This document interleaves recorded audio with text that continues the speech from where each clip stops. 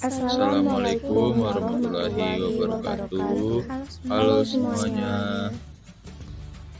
Perkenalkan, nama saya Ron Andre dengan NPM D1D0210084 dari Prodi Administrasi Publik. Perkenalkan, nama saya Cindy Anissa dengan NPM D1D021008 dari Prodi Ilmu Administrasi Publik.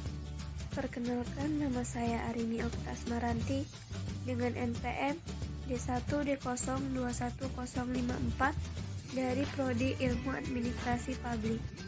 Perkenalkan, nama saya Yolanda Zumratul Aini dengan NPM D1D021050. Baiklah, itu tadi perkenalan dari kami, kelompok 8. Selanjutnya, marilah kita simak bersama-sama video penjelasan tentang birokrasi politik. Selamat menyaksikan.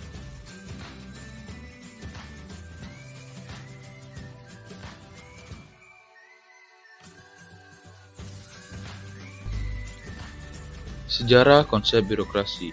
Konsep birokrasi dimunculkan oleh M. de Gournay melalui surat tertanggal 1 Juli 1764 yang ditulis oleh Baron de Grimm, merujuk pada gagasan Gournay yang mengeluh tentang pemerintahan yang melayani dirinya sendiri. De Gournay menyebutkan kecenderungan itu sebagai penyakit yang disebutnya bereumania.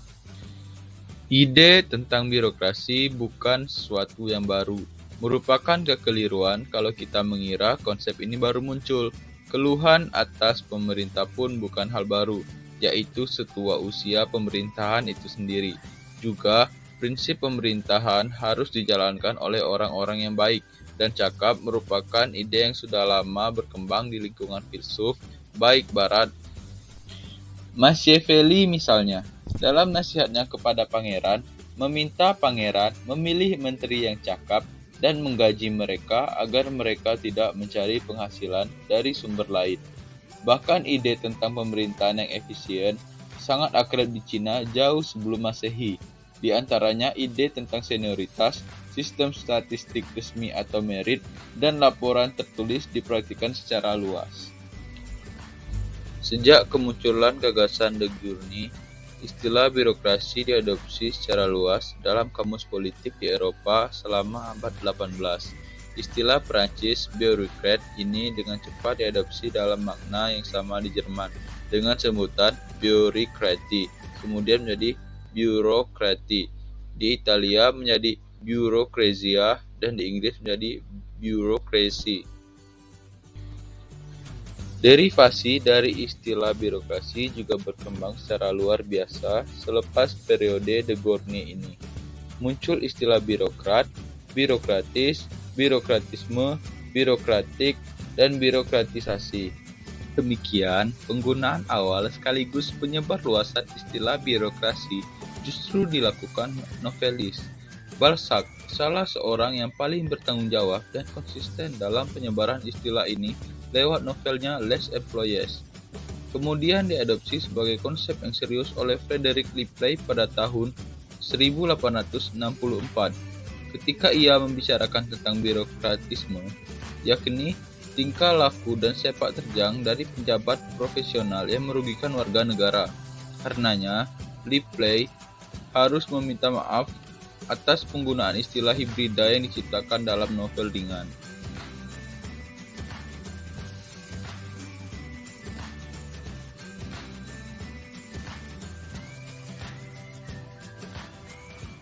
Birokrasi adalah istilah yang mengacu pada organisasi yang kompleks dengan sistem dan proses berlapis-lapis. Sistem dan prosedur ini dirancang untuk menjaga keseragaman dan kontrol dalam suatu organisasi.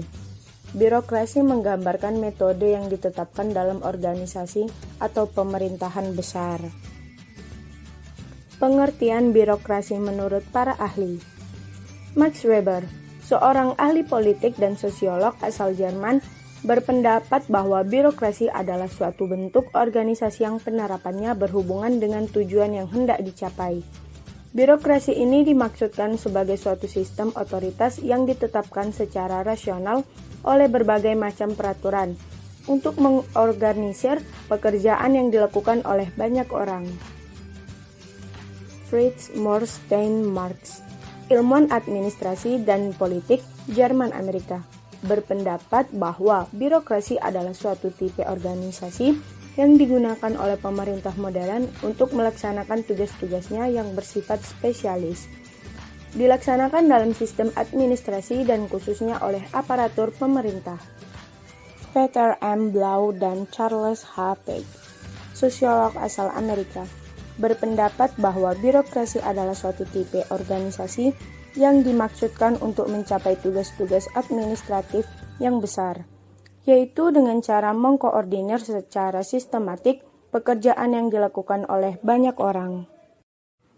Rian Nugroho Dwijowijoto, penulis buku berjudul Otonomi Daerah, berpendapat bahwa birokrasi adalah suatu lembaga yang sangat kuat dengan kemampuan untuk meningkatkan kapasitas-kapasitas potensial terhadap hal-hal yang baik maupun buruk dalam keberadaannya sebagai instrumen administrasi rasional yang netral pada skala yang besar.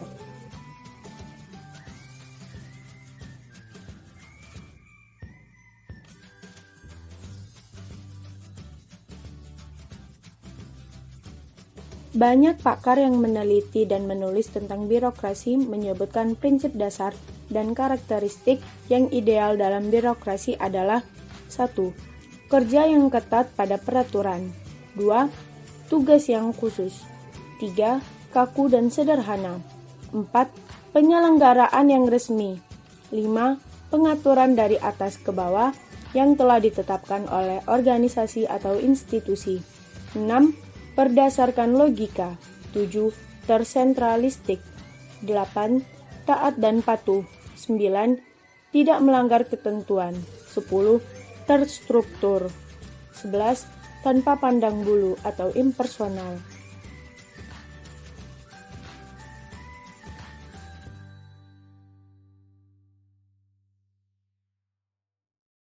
D. Tipe ideal birokrasi. Mengutip pendapat Max Weber, seorang sosiolog Jerman, Jokro Amijojo mengemukakan tipe ideal struktur birokrasi yaitu sebagai berikut. 1. Prinsip pembagian kerja. Kegiatan reguler yang diperlukan untuk mencapai tujuan organisasi dibagi dalam cara tertentu sebagai tugas-tugas jabatan. 2. Struktur hierarkis. Pengorganisasian jabatan mengikuti prinsip hierarkis, yaitu jabatan yang lebih rendah berada di bawah pengawasan atau pimpinan dari jabatan yang lebih atas. 3. Aturan dan prosedur. Pelaksanaan kegiatan didasarkan pada suatu sistem peraturan yang konsisten. 4. Prinsip netral, tidak memihak. Penjabat yang ideal dalam suatu birokrasi melaksanakan kewajiban di dalam semangat formalistic impersonality. Formal non pribadi artinya tanpa perasaan simpati atau tidak simpati. 5. Penempatan didasarkan atas karir.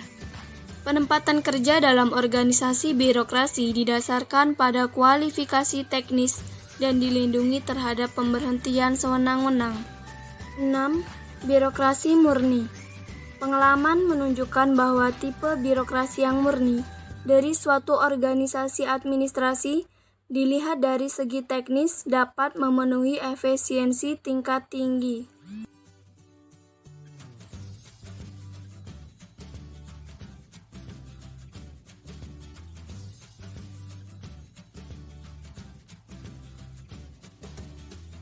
E. Etika birokrasi. Etika merupakan norma-norma moral yang menjadi pegangan seseorang atau suatu kelompok dalam mengatur tingkah lakunya atau kumpulan asas atau nilai moral. Adapun birokrasi menurut Dwijowijoto dalam praktek dijabarkan sebagai pegawai negeri sipil. Ismani mengemukakan bahwa apabila dikaitkan dengan fungsi pemerintahan dan pembangunan, birokrasi berkenaan dengan kelembagaan, aparat, dan sistem serta prosedur dalam kegiatan yang dilaksanakan demi kepentingan umum dan masyarakat. Menurut Yahya Muhaimin, birokrasi sebagai keseluruhan aparat pemerintah, baik sipil maupun militer, yang bertugas membantu pemerintah dan menerima gaji dari pemerintah. Dari keseluruhan yang dikemukakan, dapat dirumuskan bahwa etika birokrasi adalah norma atau nilai-nilai moral yang menjadi pedoman bagi keseluruhan aparat pemerintah dalam menjalankan tugas dan kewajibannya demi kepentingan umum atau masyarakat. Prinsip dasar birokrasi adalah proses waktu pelayanan cepat, biaya murah, tidak berbelit-belit, sikap dan perilaku para pegawai ramah dan sopan. Ini yang selalu harus dijaga serta dilaksanakan tanpa mengenal pamrih. Pelaksanaan birokrasi memegang prinsip etika dalam melaksanakan birokrasi.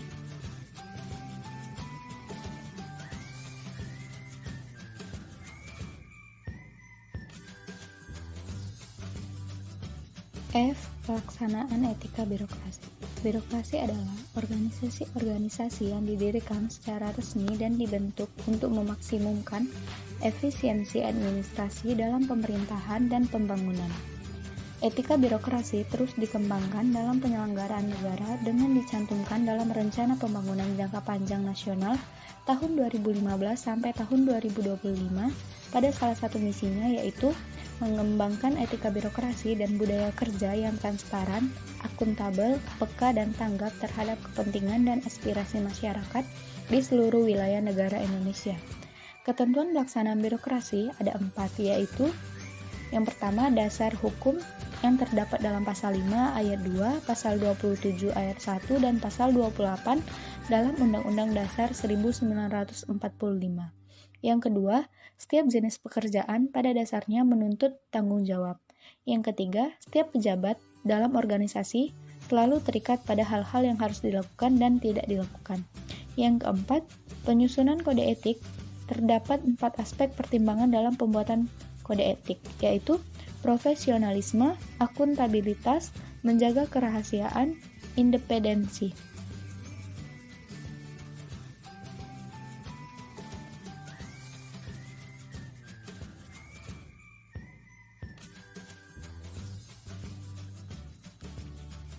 G. Pelaksanaan birokrasi Indonesia. Sejarah birokrasi di Indonesia memiliki rapot buruk, khususnya semasa Orde Baru yang menjadikan birokrasi sebagai mesin politik. Hal ini menyebabkan masyarakat harus membayar biaya yang mahal. Ketidakpastian waktu, biaya, dan siapa yang bertanggung jawab adalah beberapa fakta empiris rusaknya layanan birokrasi. Lebih dari itu, layanan birokrasi menjadi salah satu cause prima terhadap maraknya KKN, korupsi, kolusi, dan nepotisme. Mengutip catatan guru besar ilmu politik Universitas Airlangga, Raman Surbakti, mengenai fenomena birokrasi di Indonesia, kewenangan besar dimiliki birokrasi sehingga hampir semua aspek kehidupan masyarakat ditangani oleh birokrasi. Kewenangan yang terlalu besar ini akhirnya menonjolkan peran birokrasi sebagai pembuat kebijakan daripada pelaksana kebijakan, lebih bersifat menguasai daripada melayani masyarakat. Hal ini menyebabkan birokrasi dianggap sebagai sumber masalah daripada sumber